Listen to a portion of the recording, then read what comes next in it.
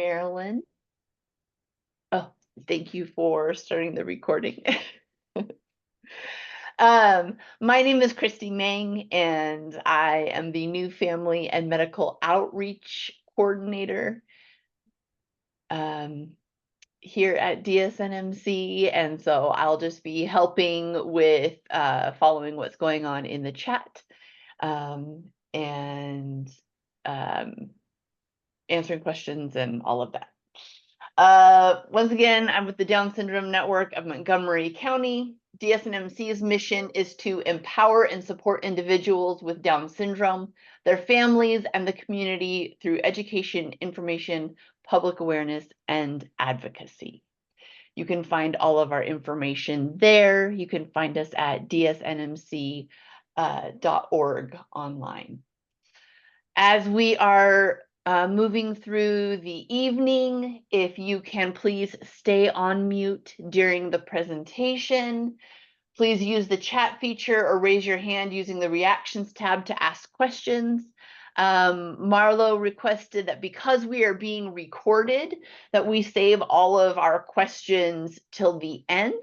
Just that way we can keep personal stories personal and not share with the rest of the world. So if you do have a question and it comes up, feel free to put that in the chat right away before you forget it, and just know that we will for sure have time at the end.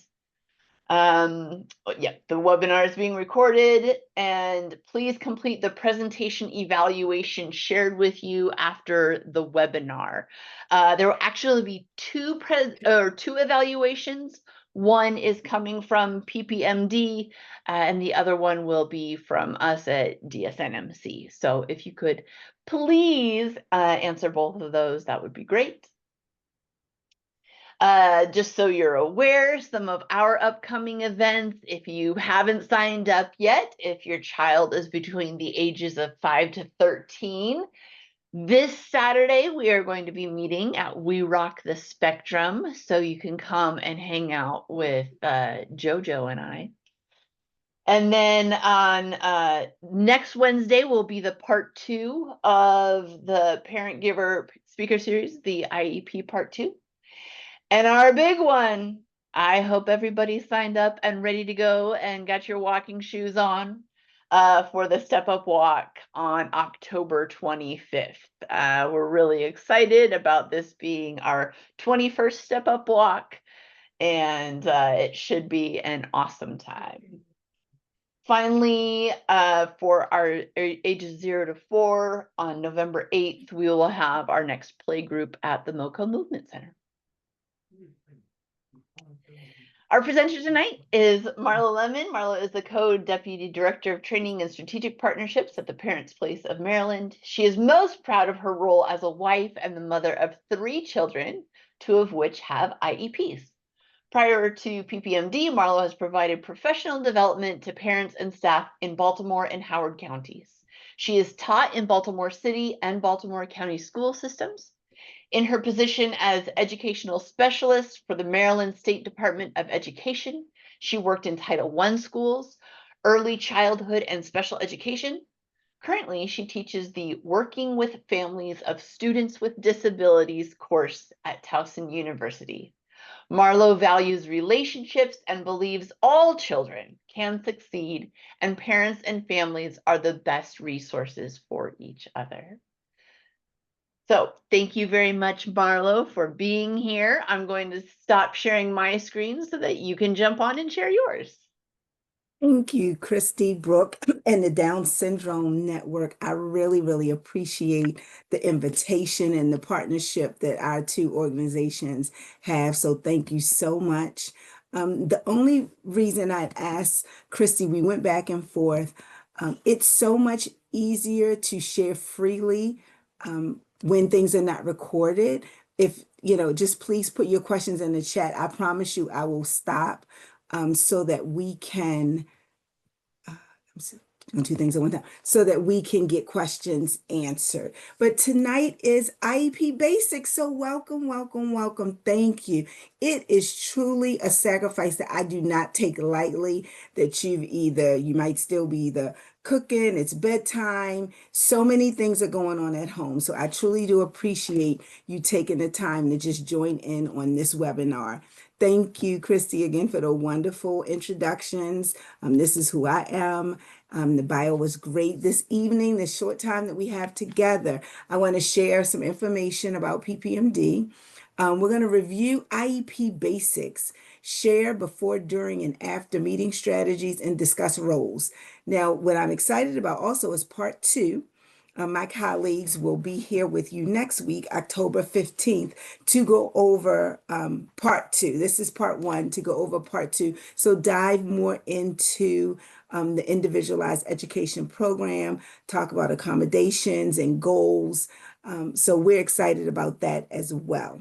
So just a little bit about the Parents' Place of Maryland. I love seeing your mission, so thanks for sharing that, because in our mission as well, one of the best words or biggest words that I feel in here is to empower. At PPMD, it is our job. We want to empower parents and families to be those advocates. We are not advocates. We do not attend IEP meetings, but we recognize and realize that the parents are the longest standing members on that IEP team. So we do whatever we can to equip parents to feel empowered to go into their children's IEP meeting. For all children with disabilities, special health care needs, and those, as of July 1st, impacted by behavior health challenges. So we are fortunate that I always say that now we are one-stop service to wrap around the family with mental health and behavior and disability challenges. So we're excited about that. In 2024, we are a nonprofit that is free. We don't charge for our services, and we touched or supported 11,646 families through our one-on-one assistance. We've been around for over 30 years. As Maryland's Parent Training and Health Information Center, we are located in every region in Maryland. Our board is all parents of children with disabilities or special health care needs or behavior health challenges. And we are excited about that because when parents and families call in to us, we can share our lived experience. A lot of times they are very comfortable when they call in. We provide, again, free service as Maryland Parent Training Information Center. So one-on-one assistance to families. We have family peer support, staff in educational and behavior health that can assist with disability, special health care needs, substance use, mental health, and problem gambling. So we are really excited about our expansion. We have so many resources on our website, ppmd.org. Training topics. Brooke, we were happy to say, participated in our Guide in the Journey Leaders Program. And that's for young people as they're transitioning, like what's next. I will say this, having a transitioning young man, it's a totally different world, totally different acronyms. It's like you get used to the education system, and we talk a lot about being entitled and then eligibility. And we also are fortunate to have a staff member who is a military wife, grew up with military parents. Maryland is the 12th largest state for military bases. And as a result, think about your parents and families in the Down syndrome network, that one might be deployed. Both might be deployed, and the young person or the child is with grandparents. So we have a person at PPMD who specifically works with military families. These are the things we help parents and families do. I saw in the chat where we have some itty bitties, as I call them, and some older ones. So with our itty bitties, just helping go and understanding the disability, the mental health care, behavior health care need. We work with all ages as well. Help communicate with teams, which is what we're going to talk about today. Resolve any disagreements. Help with the getting resources in the local community. That's why our family partners are all over the state, and they live specifically in the communities that they serve. I'm selfishly going to say that this is my favorite slide in the whole presentation. This is my why. As I've shared with you, everyone at PPMD has a child with disability or special health care needs. This is my double blessing and little surprise. I've updated my Matthews picture. I need to update the other two. I cannot believe my twins started in infants and toddler when they were 17 months, my two young men, and my daughter was born 17 months later. So I was the one that had 3 under 3 in the infants and toddlers program, getting physical, physical therapy, occupational therapy, speech therapy, cognitive health. So Matthew, the tallest of my twins, he's my gentle giant. My Matthew is diagnosed with autism, ADHD, sensory, and he's my nonverbal, receptive language, awesome, happy young man. So they will be 21 in November next month, which I can't believe. And his neurodivergent twin brother is making his way in his second and a half year of college, making his way through ADHD, dyslexia, and some other things that we have going on. So we are a family that truly believe in services. And so when parents and families call, we always like to, we understand.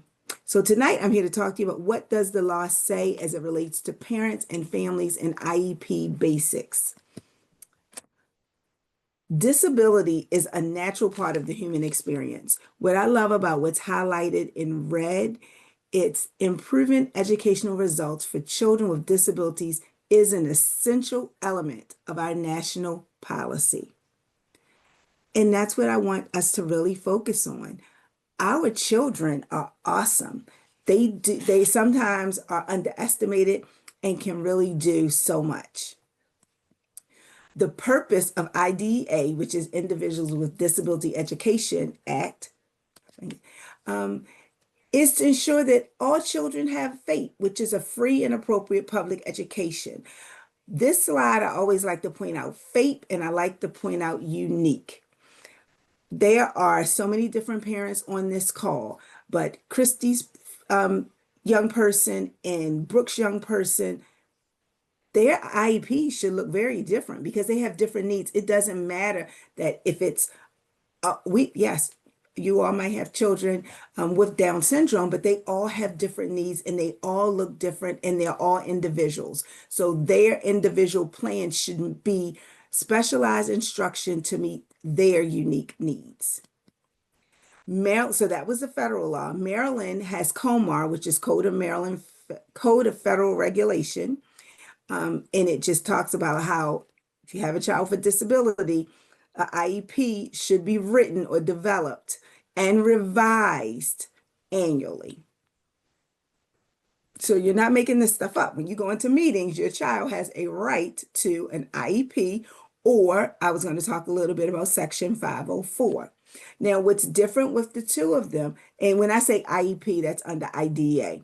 Section 504 is governed by the Office of Civil Rights. So the IEP is a more strict document. The IEP, you have to have certain guidelines and rules when you have a child or young person with an IEP. Under Section 504, usually no specialized instruction is needed. So to make it a little bit clear, I love this visual. A 504, any disability, when we're thinking about the IEP, it's the 13 categories that I have listed on a slide. They're both legal documents. However, the IEP has certain rules in the federal government. So you have to meet at least annual. You have to have triennial, so every 3 years testing. You have to provide accommodation. Usually your child or young person needs specialized instruction. It's very strict rules under the Department of Education. 504 is under the Office of Civil Rights. An example, if you have a young person cognitively no concerns, however, they might need to sit in the front of the classroom, or they might need a certain desk height. that would be a 50, that might be a student with a 504 because academically they are where they need to be along with the peers in a classroom, and no specialized instruction is needed. However, accommodations need to be made for either large print or for a certain type of desk. You, as parents, are highly qualified. Again, I notice we have different age groups that are here in the group. For some of you, I noticed one, I think was a 3 or 4 year old. You have an itty bitty, you're just starting out. It's going to be okay. I'm so glad that you're here because you can wrap yourself around the support that the Down Syndrome Network has for you. It's always helpful because it's a lot. It's a lot of acronyms. It's a lot of, you trying to and wanting to make that right decision for your child. But you are written into the law. When you have a child with a disability, the law gives you the right to sit in on the meetings. I always say, sometimes it can be intimidating. You walk in a room, everybody has initials behind their name. But guess what? You're MOM and DAD. Your grandma, you are the expert on your child. You are the one sitting at the table that have that long-term depth and knowledge of what makes your child tick, some of the things that they like, some of the things that they really will respond to. And because you are that active parent, research says and shows us that special education is more effective and will be more effective for your child or young person because you are involved just by you being here on this call at 7 something in the evening. So the role of the parents, again, in the law, you are entitled to be a part of that IEP team. No decision should be made without you being actively involved in the team. If you cannot attend an IEP meeting, the school must use other methods to ensure your participation. Since COVID, we know how to do that. You can do a virtual call, you can do a conference call, you can do a telephone, but no decision should be made regarding your child or young person's individualized instruction without you being contacted. You are an active part of the IEP team. Do not sit and go and just get all the information. You are active part of the team. Did you know, parents, you can request a meeting at any time? I said that in the law, it's annually. So every year, usually about the same time, you have a IEP meeting. We were working with a mom who called in and she was like, Marlo, I'm so frustrated. I have my list. And I was like, what do you have your list? I'm waiting until the IEP meeting. This was November. IEP meeting annual wasn't until April. I was like, Mom, no, no, no. You can call for IEP meeting at any time. Now, I say call, but I mean in writing. We have an inside motto. If it's not in writing, it didn't happen. So please make sure you request everything in writing. Parents are encouraged to share all of their concerns during the IEP meeting.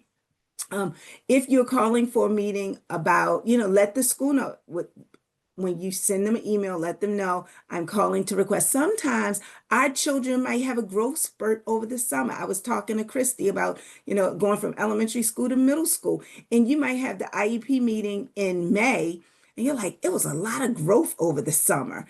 And you come back, you're like, these goals and objectives really don't match the student or the child that you're getting. It's okay to call for an IEP meeting because you want to relook at the goals and objectives. You are an important part of the child's IEP team and the only permanent member. Again, the school is required to have IEPs annually and evaluations every 3 years. However, they can be done before then. I was talking to another parent who has a high school senior, and the assessments were done, right, in sixth grade, and no, in fifth grade, fifth, sixth, seventh, eighth. No, that's not right. Basically, the assessments was done like 4 years before the child was getting ready to graduate. And no, it was 2 years. And they wanted more evaluations or better evaluations because the child was going on to community college. And I said, well, you can ask for updated evaluations, so then you can take these evaluations onto the college campus. And she was thinking it had to be every 3 years. And as long now, 6 months is too soon, especially for like some of our speech and occupational therapists. But within a year, yes, you can have evaluations done. IEPs are more than just academics. Behavior, social, emotional growth, all of those things can be included in the IEP document. I always say failing to prepare is preparing to fail. So let's treat our IEP meetings as business meetings. So we're going in and you are active part in the discussion. IEP stands for Individualized Education Programs. And this is the process. So a referral will happen, eligibility, then IEP development, placement, and the annual review is your annual meeting. So these are the required components in the IEP document. So next week, when October 15th for part 2, they're going to go in depth of, goal and objective, what a SMART goal looks like. These are just the required components of the IEP. So all of these are the sections that are in there.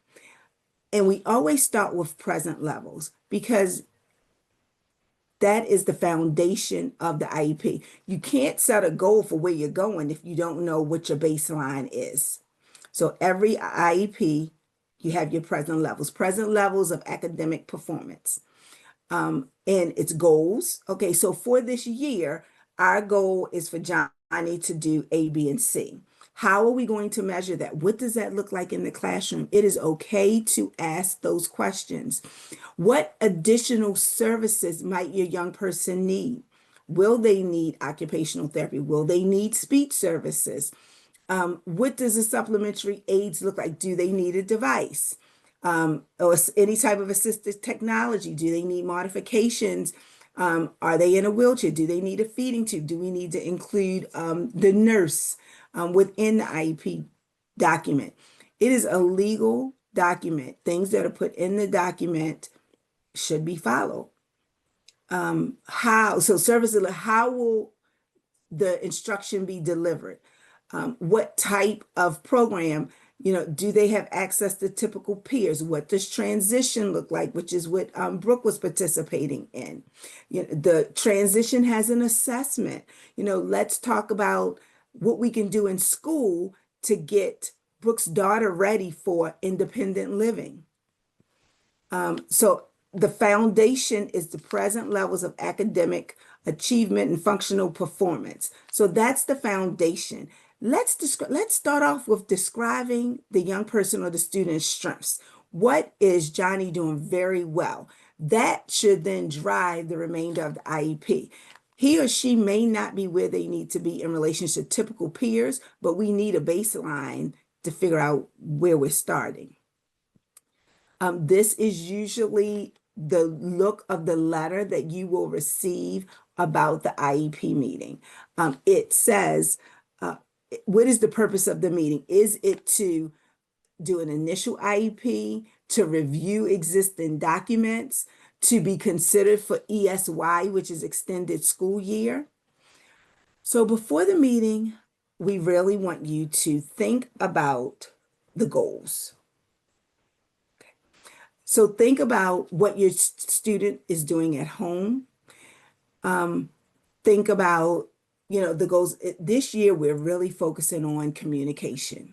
We want them to be able to sign, use a assisted technology. How will they be communicating not only to me, but around the school?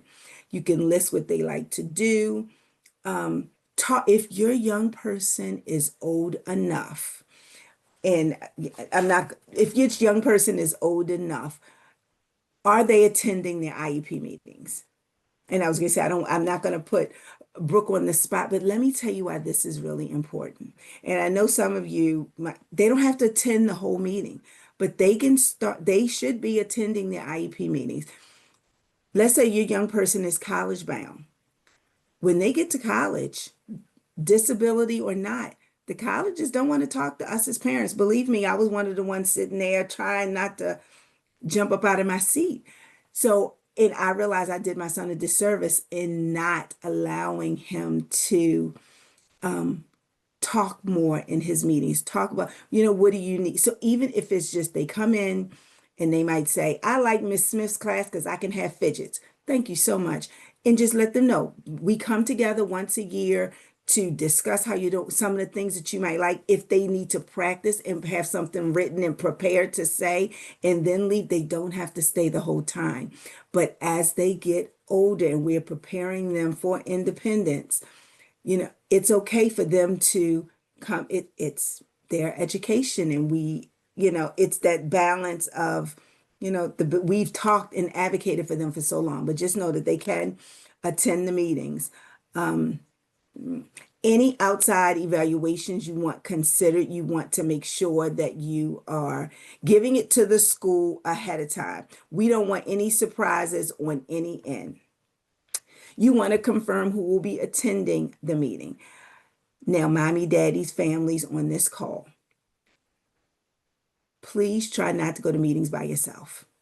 And I say that because as much as I think I might know, when I go into those meetings, I'm Joshua, Matthew, and Victoria's mother. And I need my list. And you can get just emotional.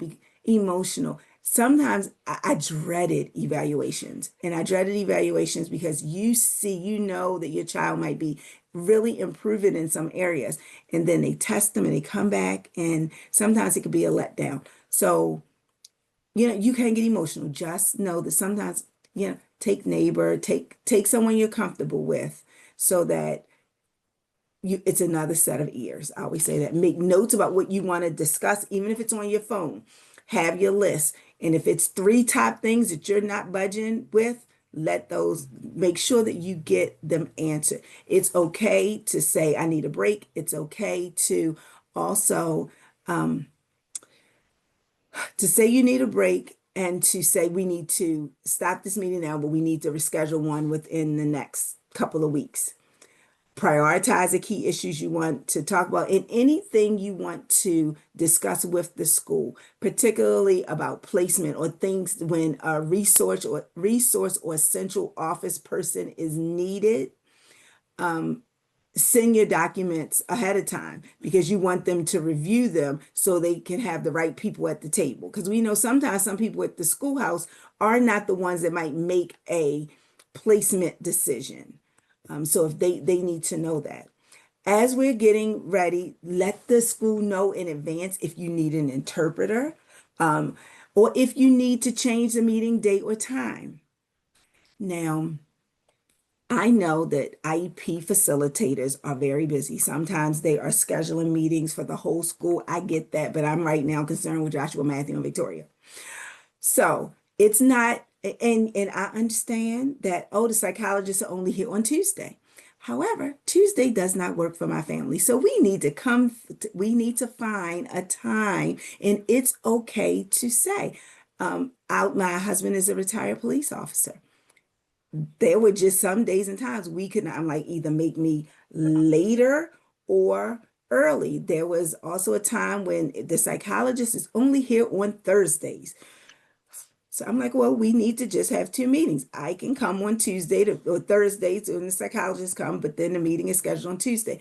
They have to make it work because we are an active part of the team. You should be receiving your students' documents for the IEP 5 days ahead of time. And then the last thing is to ask a friend or parent, an advocate, to attend the meeting with you. Let the school know if you're bringing someone with you. So no one in my father was available. Now, my dad, bless his heart, he's 83. So this was a while ago. So he was a little bit younger. And he was like, I don't know what. I said, Daddy, just come with me and just listen, and you'll know if I'm getting ready to get upset. It was a great meeting. When he left there, they were offering him a job, but that's another story. He didn't take it, but at least he was there to support me. So what is the 5-day rule? When President Obama was in office, 2019, he enacted a law that says parents should be receiving documentation for meeting at least 5 business days before the meeting. This is because Christy can't sit and read through a whole speech report, a OT evaluation, what the teacher is saying, and focus in on new goals and objectives. It's just, and I'm picking on you, Christy, but it's a lot. You're trying to take in the information, listen to the teachers. So Maryland, and it's I just had another parent, it's not every state, but in Maryland, you have the right to receive your documents 5 days ahead of time. And guess what? If you don't get them ahead of time, you can say, you know what? I didn't receive my documents. We need to reschedule. And it's okay to do that because you need to have time to evaluate and look over the material. Especially some of us who have, your child has a lot of different services. So who can make a referral? So if a referral is needed, either the parent or the school staff can make a referral or can request one. They should be made in writing. Who is eligible? So what does that mean? What does eligibility look like?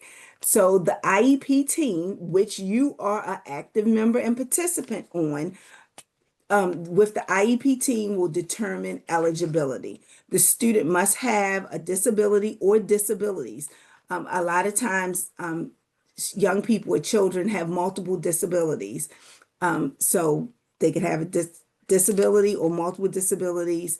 For my mom that has an itty bitty on the call, early on, again, my son had started therapy when he was 17 months. So we knew pretty early, but his code was developmental delay, I think until kindergarten. Don't ask me why I did it. Maybe I was in my a whole lot of different emotions, but his code was developmental delay, even though he was in an autism class and things like that. So it's always good to know what the developmental delay codes are so you're not surprised when you're sitting at the seat. Why, Marlo? Why do I have to label my child? I don't want to necessarily do that this young. I get it. I hear you. But in order for your child to receive specialized instruction, they must have an eligibility code. And the specialized instructions will meet their unique needs. And eligibility is like their unique needs might not be able to be fully addressed in the general education classroom alone. And some accommodations might need to be made. These are the disability categories.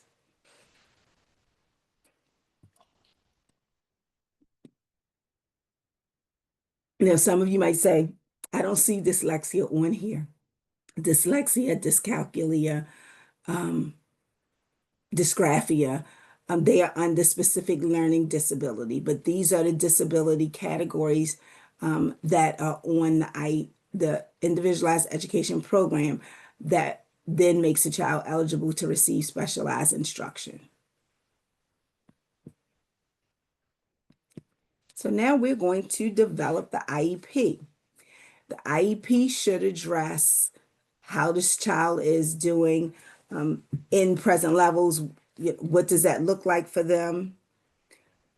Annual goals and objectives. How are we going to meet the needs of the student? What does that look like in the classroom?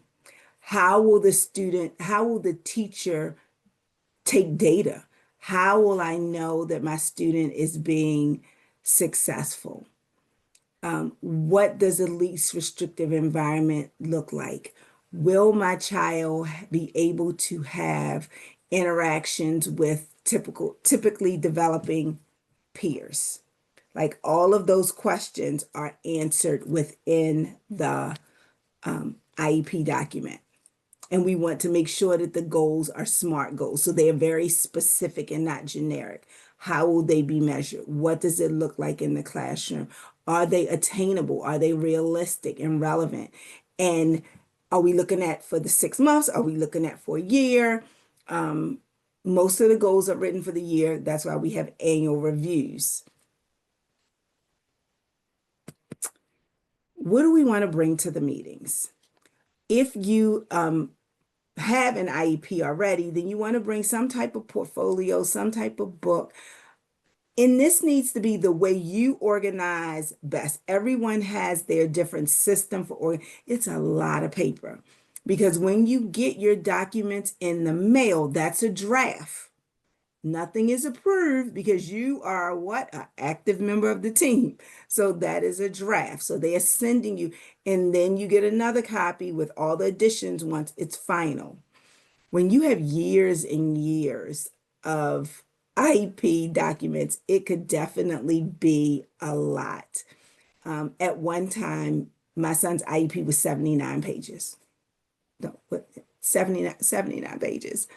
And that's why sometimes it's good to do a snapshot, which we can talk about at the end, but of just this is my child, these are the things that work, these are the things, because it's difficult at the beginning of the year. And I'm so glad that Down Syndrome Network thought to let's talk about this at the beginning of the year. So as we get to progress in November, when progress reports come out right before conferences, we feel really comfortable discussing assessments. And so now remember, that's just the IEP document. You also have evaluations and assessment. So if your child or young person is receiving speech, that's a report. Occupational therapist, that's a report. Behavior or BIP, which is behavior intervention plan, that's a report. Health. So all of these things are included in this document. So again, that's why the law was enacted, because in every report you should get also not just the document. If your child has speech, and someone else asks, why is there so many people always at the table? If I had my choice, all IEP tables would be round, because sometimes when it can give a us against them sitting across from each other at the table. But that's just Marlo wish. It's those everybody's at the table depending upon what services your child or your young person has. So if you have a child that's receiving speech services, the school has to have an expert at the table to address your needs. You can read the report, but you might, well, what is expressive and receptive language? Why does one have more goals than another? And they need to have that expert there at the table to be able to answer your question. Now, it could be that you have the speech assessment with you, and it might not be your child's speech and language pathologist, but someone, the SLP at the table, can be able to answer the question. So whatever services your child is receiving that's in the IEP, an expert should be at the meeting to address them. So if it's physical therapy, so that's why the meetings can be so big. You might have a physical therapist, occupational therapist, behavior, and teacher for cognitive. So all of those things. Bring any work samples that you want to discuss. Like, in school, they're coming home and all of this is complete. But at home for homework, this is what I'm getting. I'm not sure if they're understanding the concept. Any different medical reports you want added, and then try to give the school, like they are giving you information 5 days ahead of time. Try to give the school any reports you want to discuss at the meeting so it's no surprises. Now, parental input is usually between pages 5 and 8 within the IEP document. It looks like this. I am going to stop right here and read the question between the stars. What is the parental input regarding the student's educational program? I have seen so many where school asks parents and families that question and they don't necessarily have anything prepared. This is your words. Remember, this is a legal document. This is a document that if there was ever a complaint or concern, you could take this to court if need be. What is the parental input? This is where you can put Johnny. Sometimes this has helped with ESY. Let me show you how. ESY is extended school year. Johnny Johnny appears to be doing well with the start of second grade. However, I have noticed that between the snow break and the long winter break, Johnny has a regression of skills. If it's documented here and it's documented maybe over the spring break cycle, that's documentation and data for ESY, extended school year. Um, I'm not in Montgomery County, but I am in a county where um, uh, I would just say, due to some funding cuts, sometimes summer school or ESY is not necessarily guaranteed for every child with an IEP. So this is, this is wherever concerns you have, parental input, this socialization, he seems to be doing well in this class. Um, when it's structured, whatever you want to say about your child's educational program.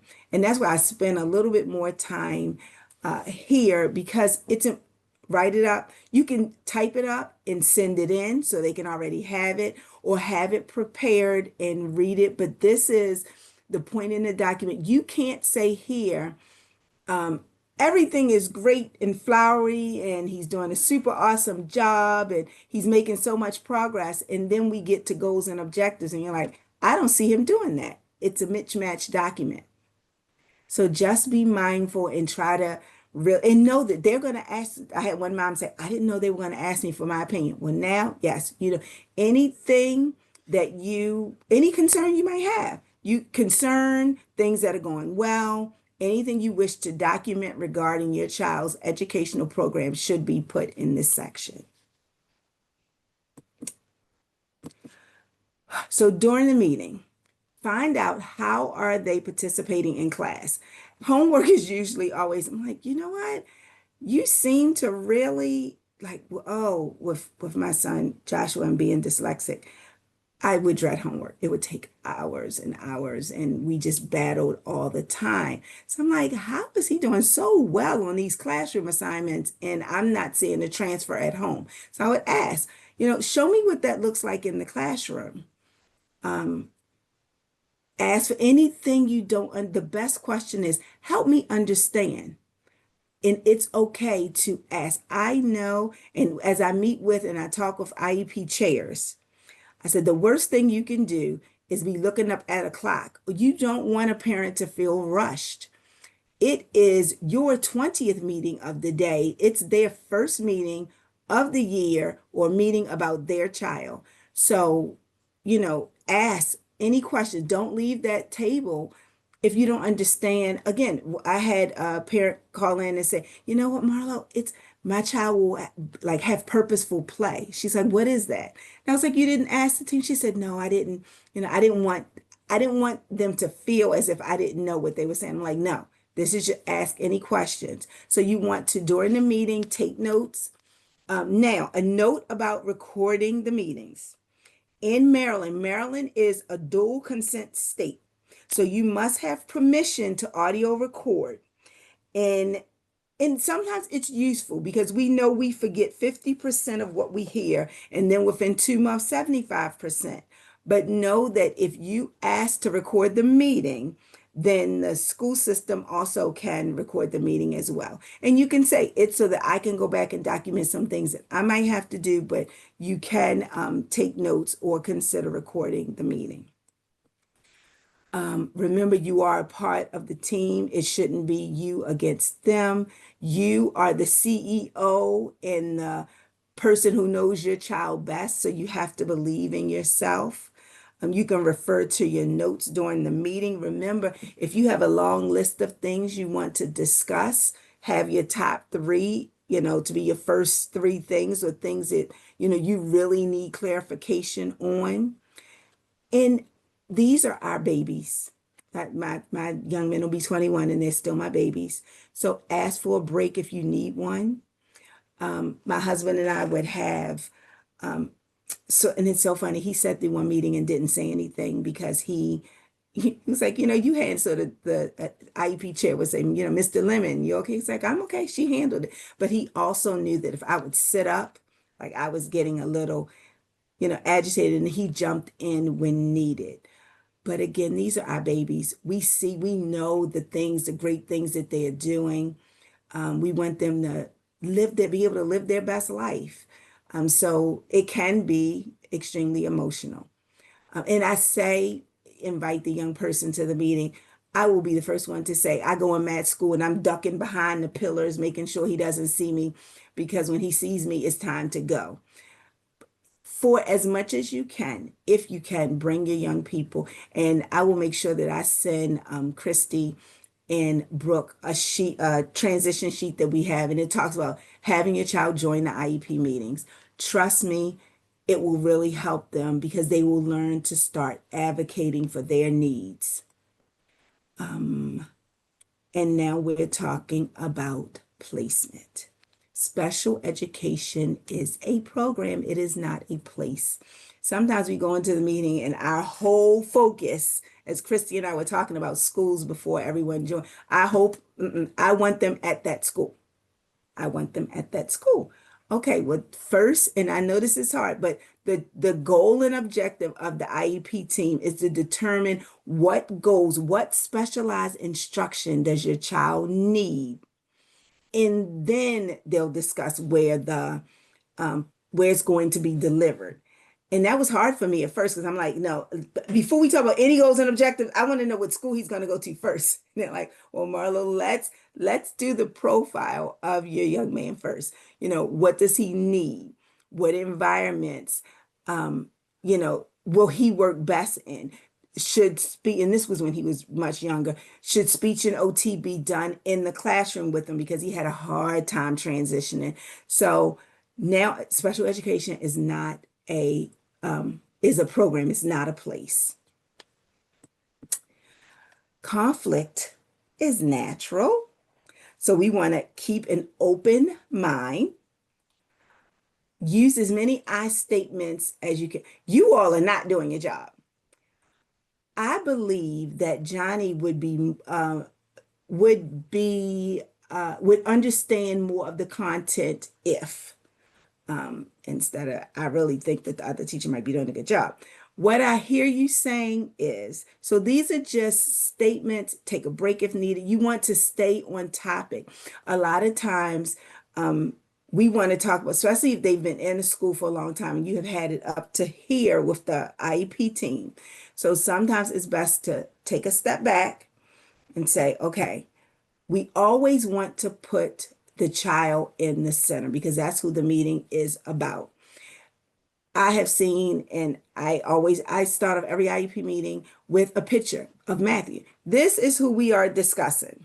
This is his updated picture. Usually, by now our teams know us and they're probably ready to get rid of me. However, this is his transitioning year since he turns 21 in November. So he will be there until June. But I start off this is Matt. This is who we're discussing today. We want to try to build the relationships within the teams as much as possible because our young people and our children are going there. So we want to stay on topic, ask for clarifying what I hear you saying is. So you might want to, and this is listen to understand and not just to reply. Can we see the other person's point of view? Of course, we want to always try to stay calm. Find things that we can agree on. Okay, we agree that Johnny needs speech services. Sometimes it's always down to how much speech services Johnny might be receiving. That, it is not my problem or concern that there's a shortage of speech pathologists within the school system. I empathize. However, within the IEP, it is stated that Johnny will receive an hour a week or 2 30-minute sessions. Well, if we have a BIP and we know it takes 15 minutes to even get in the speech room, what does that look like? How are we going to agree to disagree? Talk to me a little bit about how we are managing the speech component within Johnny's day. So know that you can ask for things. So we agree that he needs speech. Let's just figure out a way that we're going to be able to do that. So let's start with leading. When you lead with a solution, the discussion is about the solution and not about your child's needs. So let's lead with some concerns. So let me say that again. When you lead with the solution, the discussion becomes about the solution. Well, I think Johnny should have an hour of speech a week. We're constantly talking about the hour of speech a week instead of let's have a discussion about what he needs. So these are concerns. Okay. He elopes from his assigned seats. When outside, he runs away from staff. He's thinking it's a game. I keep hearing that he doesn't pay attention in his class. He keeps forgetting to bring home his lunchbox.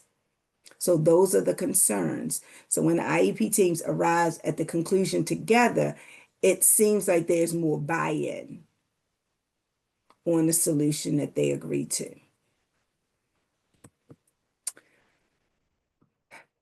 Peace is not the absence of conflict, but the ability to cope with it. Remember, we started off with the federal law and the quote on disability, FAPE. The school system by law has to provide our children with a free and appropriate public education. It is still a public education, so we want to be able to document and work with our local teams. After the meeting, we want to thank the IEP meeting. I thank the IEP team. We want to send an email to everyone summarizing the goals. If you can do that, some people, I had one mom who said I would go to the car and do it. Basically, I like the listing of tasks. So to be clear, I am doing this. I am following up with the teacher. We are changing these things or adding these things at home to vision boards, to schedules, picture schedules, things like that. And you are doing we want to stay in contact with the teachers. We want to monitor. I'm going to share everybody. November is progress reporting time. If the numbers and the goals and objective haven't changed in this second quarter, but it says making satisfactory progress, but the numbers haven't changed. So just be mindful of when progress reports come out and ask teachers what we can do to reinforce skills at home. The prior written notice, again, I said we have taken notes and things. The prior written notice is written into the Code of Federal Regulations, Section 300.5.3. Now, I'll ask it then. The prior written notice, the name of it, you would think you should get it before, but it's what happens, what you should be receiving after the meeting. It's in the law when a child receives special education parents, and it notifies the parents in writing. So let's say as a group, as a team, we decided that Johnny will receive that hour of speech a week in a pullout model. Okay. That was one decision. The other decision was, but Johnny will not be receiving OT at this time. If that, and the parent has requested it, and the refusal happens, a prior written notice is meeting minutes and meeting notes, but it should explain the why. So it must include a description of what the school is proposing or refusing to do. So, okay, Johnny will be receiving this hour of speech. We will allow 15 minutes for transition time. But right now, we don't feel as if Johnny needs occupational therapy because you will have a discussion in, let's say, occupational therapy. That's getting out of the classroom, and that might be too much. Transition. You as parent, like, okay, I want him. So we're going to revisit this. And you can say, we can revisit this in 30 days or in 45 days. I want to come back because now he's already adjusted to going out of the classroom for speech. And now it's time for OT. So the school is refusing to do it now with the caveat of when we have helped with transition, then we'll put that back on the table. But that should be written in the prior written notice when they are an explanation about why the school refuses to take action, a description of any option that the school is considering that will reject it. So basically, the things that were said yes to, or more specifically, the things that were said no to and the why. So prior written notice should be received within 10 days after IEP meeting. This is one of our fact sheets that we have on the site, on our site, preparing for an IEP meeting. So this is just to help parents and families get notes down in paper, to help them prepare. I did want to say that on our website, ppmd.org, let's say you're sitting here and I'm picking on my mom that has an itty bitty, but you are starting in this IEP world and you're like, I don't even know how to request to ask for IEP meeting. That's okay. We have a template for that. Our website right now, it really is good with the resources. So they're called model letters. Basically, you can put dear right in the school. I would like to request the IEP meeting, fill it in, but we give you the letter and you just are filling in information. So that's on our website. This is the Maryland timeline that's also on our website. When you request for assessments for your child or young person, the school, you're requesting it in writing. So the school system has a certain amount of time that they can do the assessment. It's within 60 days because you have to come back. So hello, Mr. Miss, I would like to request for assessment. So you have an IEP team, an IEP meeting to go in to sign the paperwork to say, yes, the school can assess your child. Then they have 45 days to do that. Then you come back in and you discuss the IEP. I think I got all my days correct, but if I didn't, this is the 30 days after students to be found eligible. This is the timeline that's on our website for the different days. Parents should receive documents at least 5 days before. Parents should receive finalized IEP. And I thought it was 10 calendar days, but it's 5 business days after the IEP meeting. And I'll be perfectly honest with you. I don't think I've ever gotten mine in 5 business days, but I could be wrong. Let's talk about some advocating tips. It's okay when to ask why. And we just don't do it at this school is not the answer. I think it would be good if we're working on social skills. What about a lunch bunch? Is that something that the guy, we're at a meeting, no, we don't think we'll be able to do that. Well, help me understand why. It's okay to ask the question. Can a guidance counselor pull my child and maybe 3 other students and, have one day during lunch, they can have lunch together and we're playing a game, like if we're working on social skills. Also, help me understand why this can't happen. When we say don't take no for an answer, because I just did this recently in another school district who will remain nameless.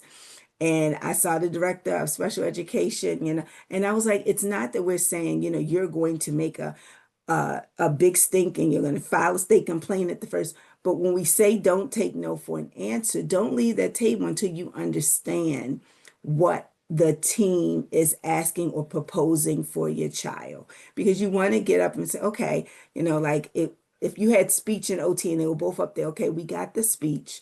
OT, okay, I can wait. Let's get them transitioned in and we'll come back in 30. And you can say that. You can ask for, let's have a 30-day review. When Christy's daughter is going to middle school, and if her daughter needed some services, she can say, you know what? She's transitioning in well, but let's have a 30-day review to see how it's going. And usually show me where it's written. Well, no, we can't have social skills groups during lunch. Okay, well, show me where that's written in a policy. And a lot of times, and you can say it with a smile. And a lot of times, that it throws, it can throw some people off because you want to know if it's a law, if it's written into Montgomery County Public Schools policy, then it's okay. Let's see it so we can figure out what strategy might work for my child. We have an unwritten rule at PPMD. If you don't document, it did not happen. So many times, oh, Mrs. Smith and we walked down the hall and I was telling her that I was concerned about Johnny's social emotional development, and we talked about the things that we were going to do. And it's a week later, and I have not heard anything from Mrs. Smith. I said, okay, I understand. Did you go back out to your car and say, thank you, Mrs. Smith, for talking to me today? It is my understanding that we will have an IEP meeting or that this will happen. Document, document, document. Data is powerful.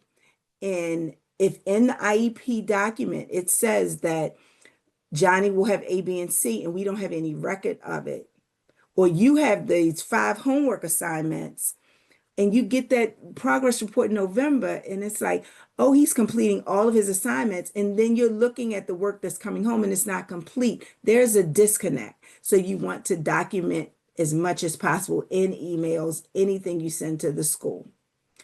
If you need more information, more one-on-one, more individualized attention, we have family partners, educational specialists that can be your one-on-one. Again, our mission is to empower you. It is not for us to attend the meeting. You are the longest standing member of that team, but you can visit ppmd.org. And when you click on, this is the front page of our website, when you click on contact an expert, this comes up in English and in Spanish. So I know you have a group within the Down Syndrome Network. We are excited. We have 4 Spanish staff who will be able to help and assist you. This is all the information we're going to ask. Now, after it says work number, there's a little box so you can put help with IEP. We will get back in contact with you within 24 hours. Now, moms, dads, grandmoms, aunties, uncles that are on the call.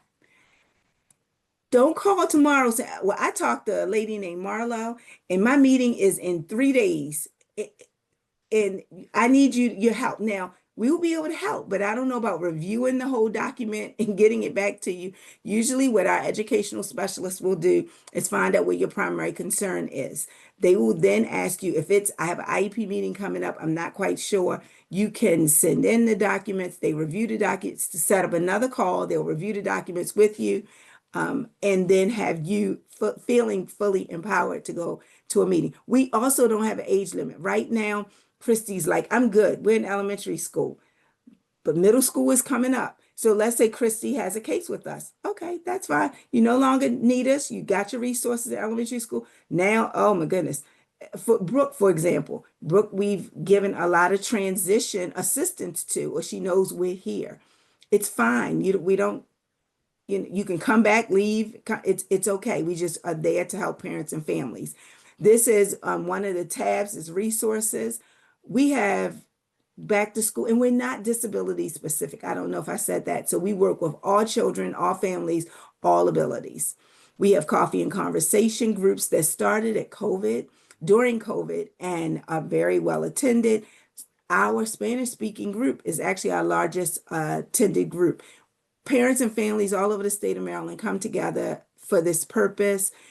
I have one mom who goes to every group. I think it's so funny. She has a birth to kindergarten, an elementary schooler, and a middle schooler, and she comes to every group she's connected with another person in her area to talk resources, playgrounds, just our most recent fact sheets, workshops and things we might have coming up.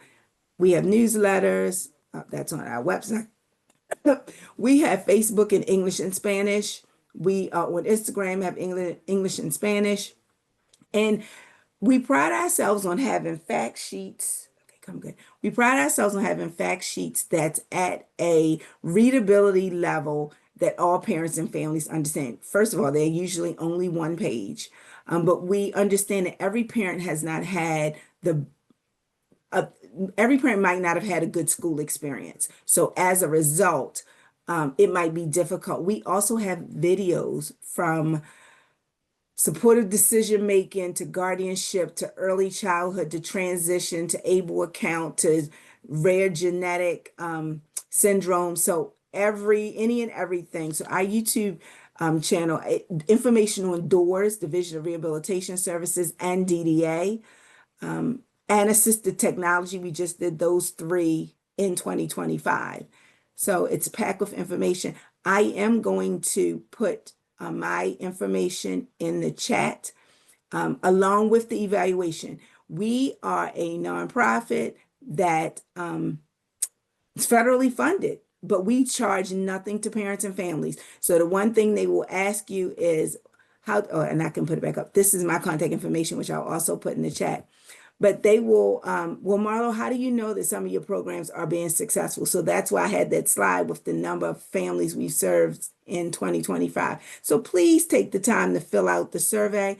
I always joke and say, if you really enjoyed this session this evening, my name is Marlo Lemon.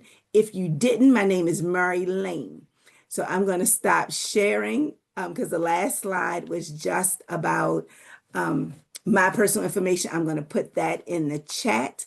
And I did well because I wanted to save us. Christy, if you don't mind, you can start recording. And that way we can